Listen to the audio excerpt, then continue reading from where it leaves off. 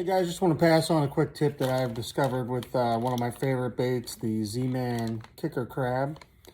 Love this bait, but bit of a crisis of confidence a little bit with using the Texas eyes on this bait because we all have fish that come unbuttoned from time to time. Not a big deal, doesn't mean you're a bad person. But with this bait in particular, I've had more fish come unbuttoned than with any other bait, and certainly more than I care to remember. And I want to throw a little tip at you guys for what I've been doing to alleviate that problem. So I'm going to rig it up how you would normally rig it. This is how it would normally look. Okay, so this bait has the slot on the top for your hook. You can hide it as well as you want. And on the bottom, it's got this little keel to it. This little kind of belly ridge here that if you're swimming this, just casting it out and swimming it in, keeps the bait upright, gives it a little bit of a wobble, lets the little crab claw do its thing, kind of like a paddle tail. But what I think is happening is that when this bait compresses to put the hook out, I think it's hitting itself and it's not giving itself enough room to really get a good hook set. So you'll hook the fish, pull a little bit of drag, and then gone. You know, and then there's tears, and nobody wants that. So what I would tell you to do, and what I did this last time I went out fishing and really seemed to make a big difference, was you take your bait, and before you rig it up, there's that little keel, right? So all I did was take my scissors and just cut that keel right off.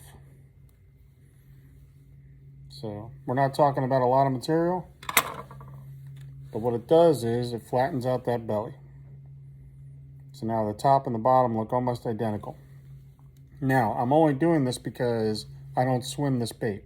I don't cast it out and just retrieve it in. I bounce this bait along the bottom. I'm sight fishing with it. So for me, it's a very slow bottom presentation. So now I'm going to rig it up the same exact way that I would.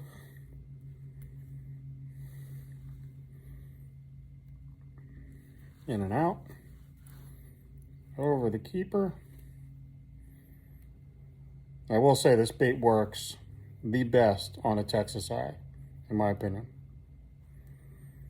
Okay, and I'm going to come through exactly the same way.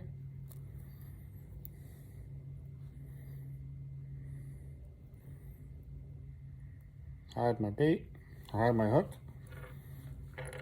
And now what you'll see is the difference and how much room there is in between the bottom of that keel and the gap of your hook versus the flat bottom. And I almost get my fat finger through there where I'm not even close here. So this, if you're doing a bottom presentation, is much better, because when that jig head hits the bottom, that whole bait's going to stand up like this.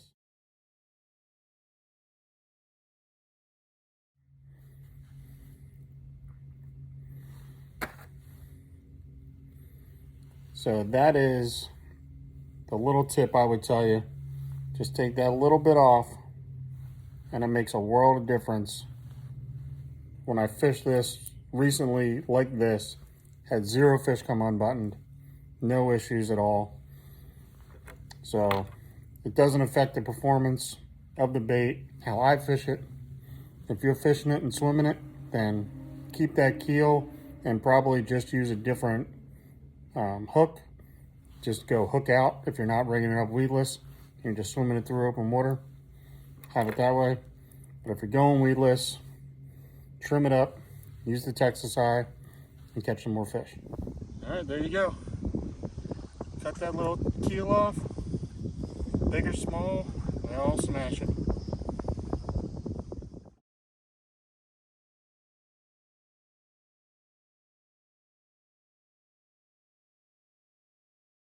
And Coca-Cola, go down Point